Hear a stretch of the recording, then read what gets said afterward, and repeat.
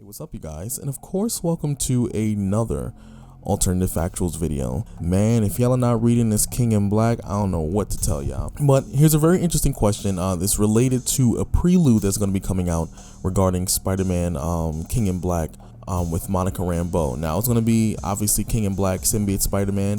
So if you're not keeping up with this whole King in Black situation, let me kind of fill you in. Now, Spider-Man is definitely one of those situations where it's a prelude. So there's going to be several issues of reading that's going to be included. So just so you understand, like, one of the reading orders, or basically the reading order for the King in Black event, including the prelude and the main events, we're basically going to be reading Symbiote Spider-Man King in Black number 1 of 5. Symbiote Spider-Man number 2, 3, 4, and 5 are going to be considered preludes. Obviously, we only have 1, 2 that's out right now. And then the third one is going to be dropped on January 6th, which is the one that we're going to be reading, not reading, but kind of talking about right now.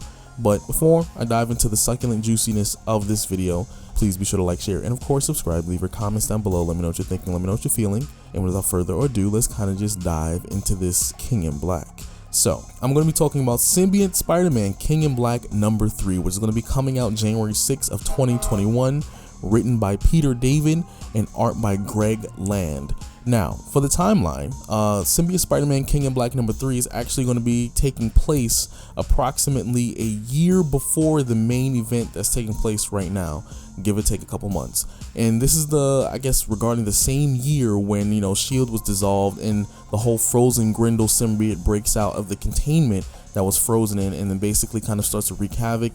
Then we kind of transpire into the whole simple fact that Grendel eventually transpires into Cletus Cassidy coming back to the whole Web of Venom Carnage born, and then the Dark Carnage whole situation where you had Maximum Venom, but basically Carnage taking over.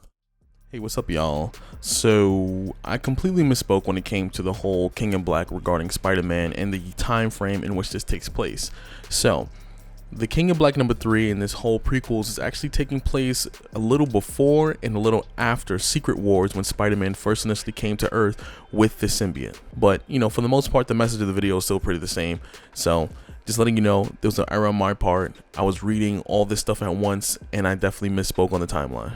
So we have that whole situation. This is within the year. So this is taking place a year before we get to the main King in Black event, which is what we're covering in terms of Marvel Comics right now. So what was really dope is King in Black Symbiote Spider-Man number 3 is actually going to be talking about, well, kind of involving a character who I think is who they need in a situation right now, and that's going to be Monica Rambeau.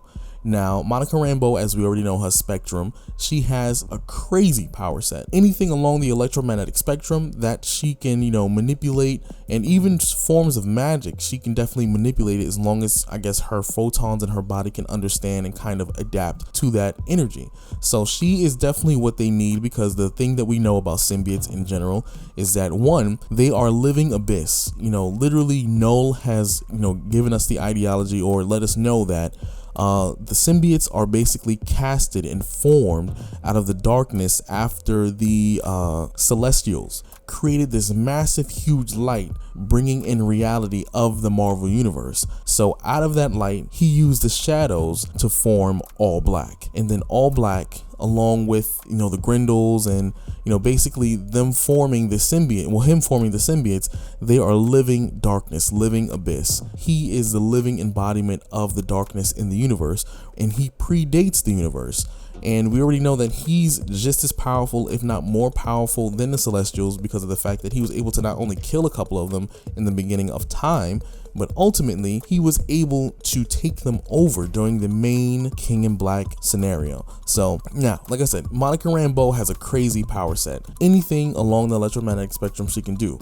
Now, the reason why this prelude is going to be one of the most important when it comes, at least in my opinion, when it comes to the future of this whole King in Black scenario, is because she is one of the people who has a power set that is crucial to being able to fend off these Grendels and fend off the whole entire symbiote army that Knull brought to Earth, because her powers are literally in direct response to Knull's weakness. Now, if you've been reading Silver Surfer Black, you already know one of the ways that the Silver Surfer actually was able to fend off Knull in the beginning of time when he went back in time was basically to create a small sun in the beginning of the universe, because like I said, Knull is basically the representation of the darkness in the universe, and the symbiotes are the living spawns of that darkness that he created out of the shadow of light, the light of creation. So she herself is the embodiment of that light in the universe. She's no longer human. Her body is just pretty much living energy. She's living energy. She has no form technically. You know, she can turn herself into this hard light construct, but in reality, she does not have a human form. She's no longer human. So this is where things get really interesting. Now, if the symbiotes are the living embodiment of the living abyss, of the darkness, and the spawns of, you know, Knull, then basically you can say she is, I wouldn't say a direct spawn of the universe's light, but in retrospect, she kind of is. Her body is able to fend off these symbiotes, these darkness abyss children. Now, unfortunately, she is powerful as Monica Rambeau is, as powerful as, you know, her power set is. I do not think she's going to be able to go toe-to-toe directly with Knull, at least not for a long period of time. One, his ability to manipulate these symbiotes, just his sheer numbers, is out of control. Two, his sheer power alone is off the charts. Celestial's able to kill 2 of them in the beginning of time, literally take them over in present day. His power level is off the charts. He is at this point already beyond Omega level when it comes to his power level, so of course he's a universal threat. The only person I can see kind of able to combat this situation is Franklin Richards, which for some reason I'm kind of curious, where is he in this whole event? It has been proven that not only is he on par with Celestials, you know, he is definitely able to combat them. Now, am I saying he is necessarily going to be able to, you know, just wow out and destroy Knull? Nah, but ultimately he is someone who stands the best chance in making a huge amount of difference. There is someone on the planet Earth who is basically equivalent to Knull's, I guess equivalent to Knull's worst enemy, which were the Celestials. So I want to know about that too, but that's just a whole different video, I guess, if y'all want to talk about it. But Monica Rambeau does have a power set that will kind of flip the tide of the battle, at least allowing them to buy more time. She is living light. Now, unfortunately, due to the nature of her makeup, even though she does not have a human body anymore, I think she still is able to experience some form of fatigue in some way, shape, or form due to her molecular makeup of her photons or whatever like that. So she can expel light at such a high intensity for long periods of time.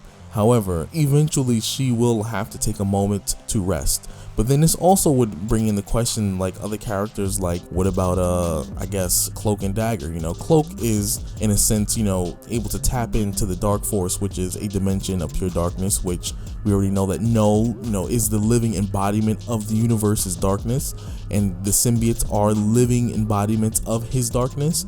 So I want to know how situations like that would play out. But also, what about Dagger, who herself the Light Force? You know, she's able to kind of do things that are similar to Monica Rambeau, but not to such a, you know, overwhelming degree, but her abilities are in a light kind of form.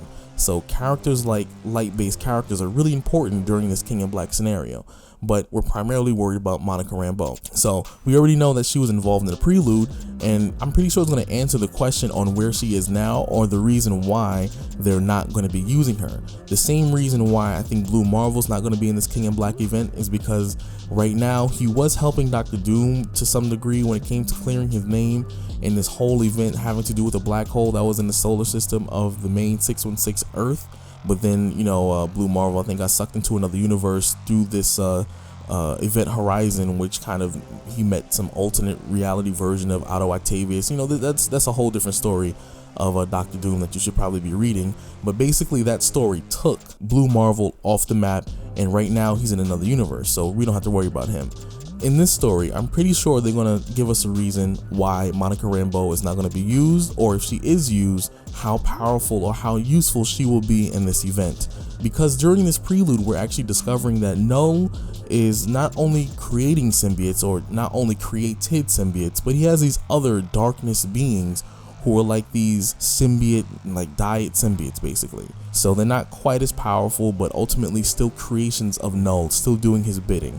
So that's going to be very interesting. But let me know in the comments down below what do you think is going to be going on, because there's not a lot of information we have about this Symbiote Spider-Man number 3 that's going to be coming out in January of 2021. Like I said, we know that Monica Rambeau is literally wielding her ability to manipulate energy, and she's extremely powerful, and her powers are literally the embodiment of living light in the universe, and she's definitely beyond Omega level because she can definitely destroy planets if she wanted to. But how would her power stand up against someone like Knull, who is able to rip the Sentry in half and absorb the void? You know, who's able to control Celestials, who's able to kill Celestials? How do you think her powers are going to be able to help the situation regarding the King in Black event? Let me know in the comments down below. And if you're new to the channel, please be sure to like, share, and of course subscribe. Leave your comments down below, and I hope to see you later on. Peace out.